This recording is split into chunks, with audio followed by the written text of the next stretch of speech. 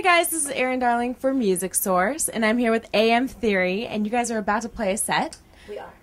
I read that you guys have inspiration from bands like Portishead, and I think that's really, really cool. Can you tell me a little bit about your style of music and how it's been influenced by the bands that you listen to? Definitely. I grew up listening to jazz, blues, and amazing rock and roll. My parents were very into music. But then I became really interested in electronica and different sounds in that genre, and heavily influenced by trip hop. And after the 90s, there really hasn't been a whole lot of trip hop going on, especially in America. So I formed this project to kind of fill my own personal void of what I wanted to hear. So we make music that I love listening to. Yeah. That's very cool. So you started everything. You're kind of the nucleus of it. Yes. This was your idea.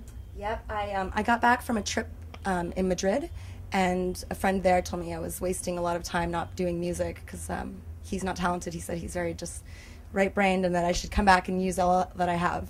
So I did. I came back and put together a band, a live band, about 5 musicians. But the sound was more kind of jam band, jazzy style, and it wasn't exactly what I wanted, which is that very electronica influenced trip hop.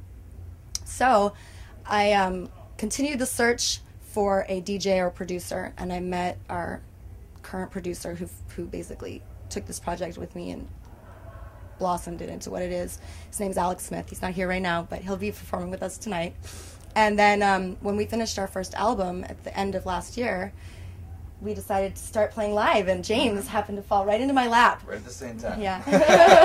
Good timing. He's our wonderful keyboard player. He's so fantastic. And James and I actually met like 5 years ago. The Buddha Lounge. Temple Bar. Temple Bar. Yeah. Yes. Which no longer exists. But yeah, so we he was a fan of our band before we went live.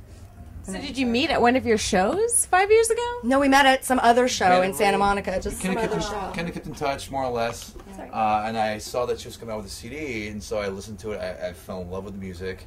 I was like, I'm in. Like, I mean, just 5 seconds took me. And so I'm like, want to be, I was looking for new projects, and I just want to be part of a phenomenal project. So I groveled and asked, and he basically pitched himself to me. He came and bought my CD because I saw them personally. Yeah. I don't distribute anywhere. So he came and pitched himself to me. He's like, I really want to be in a project like yours, and I've been playing for this many years, and I have all these abilities, and you should let me, try it out. And so a week later, I gave him a call. I said, yeah, you want to come try it out? Yeah.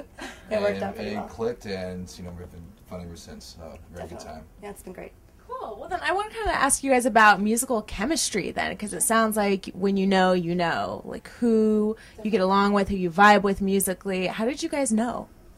Well, this type of music, this genre, this trip hop genre, there's so much flexibility, but at the same time, it does have to have good quality to it. And so because James has so many years as an experienced musician playing and teaching himself a lot of his own style and technique, he really is able to just come through whenever there's anything that we need to hear, or we want to hear, or we want to transform or modify something. He's just able to do it.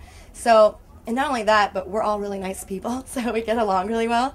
There's not a lot of drama in our band. It's very drama-free.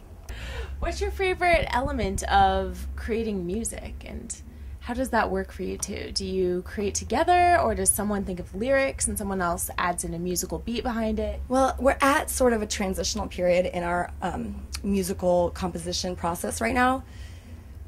I'd like to have James be more of a part of it, but up until this point, I've been the chief songwriter, and Alex Smith, the producer, has helped build up the beats and the tracks and all of the instrumentation that I sort of map out vocally. He really brings to life in the studio. But James, when we show him a keyboard part that I've kind of composed, and then Alex has buffed out, James just takes it away and gives it a whole new level. Just gives the life. Exactly. Put some life into that.